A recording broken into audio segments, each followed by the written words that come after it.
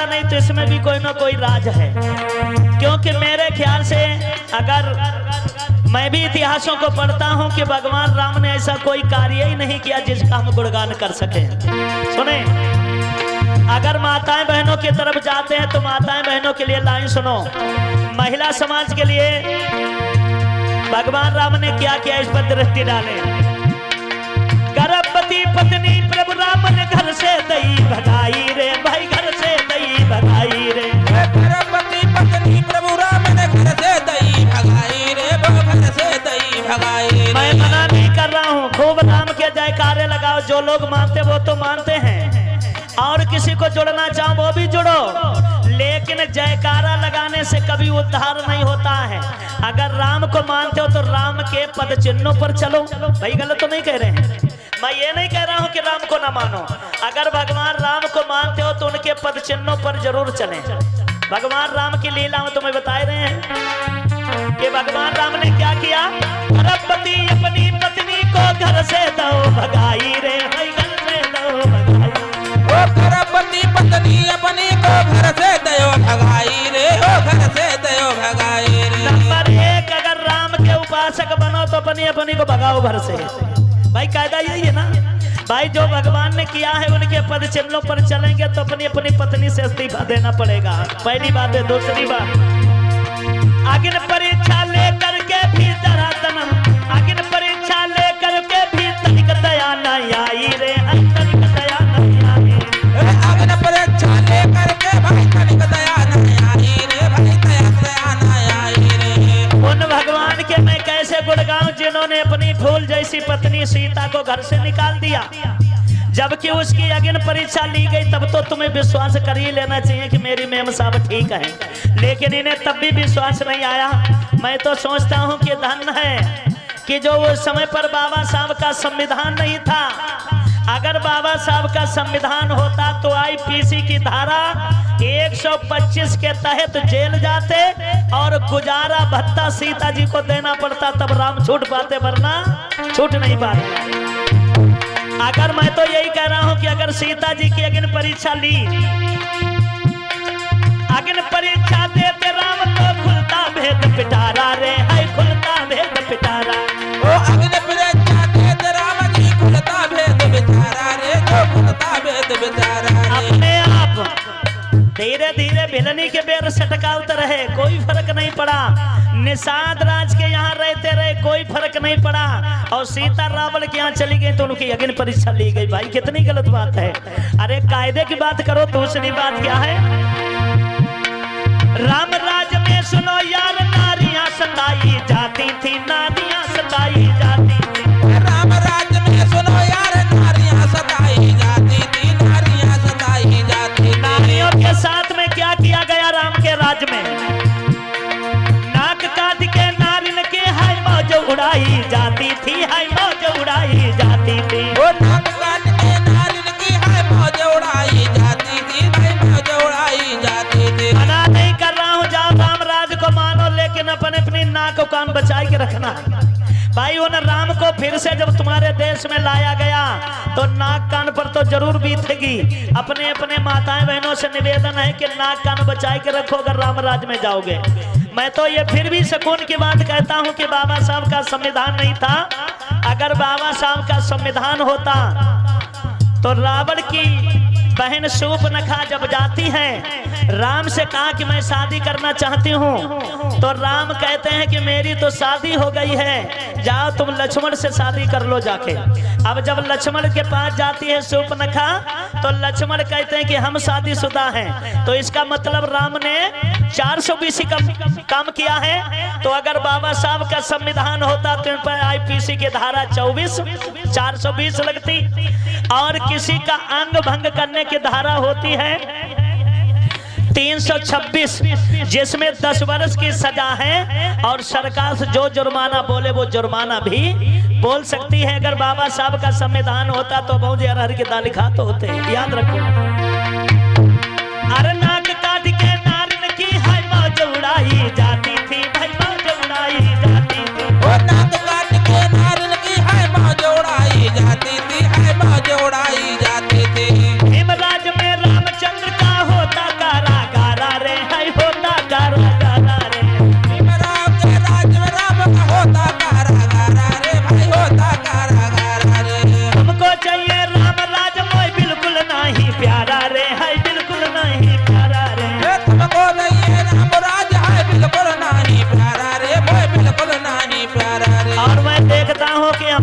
तेली समाज के लोग दीवाने बने घूम रहे हैं राम पर, लेकिन तेली समाज के लिए राम ने क्या किया, जरा लाइन तो सुने। राम राज में शंभ कृष की गर्दन दई उतारी रे भाई, गर्दन दई उतारी रे। राम राज के शंभ कृष की गर्दन दई उतारी रे भाई, गर्दन दई उतारी रे। नहीं के बिरादरी थे, यानी राठौर समाज में पैदा हुए शंभू ऋषि विंध्याचल पर्वत पर लोगों को धम्म की बात बताया करते थे। राम ने क्या किया, उनकी गर्दन काट दी। लेकिन सबसे ज्यादा तेल पहुंचाने वाले तेलिए हैं। इनके दिमाग में गोबर घुर चुका है। अरे तुम अपने महापुरुष को समझो, जिसने तुम्हारे महापुरुष की गर्दन काट दी, वो तुमसे कौन सी रिश्तेदारी निभाने आएंगे। अरे राम राज में शंभ कृष की गर्दन दई उतारी रे, हाय गर्दन दई उतारी रे। ओ राम राज में शंभ कृष की गर्दन दई उतारी रे भाई, गर्दन दई उतारी रे।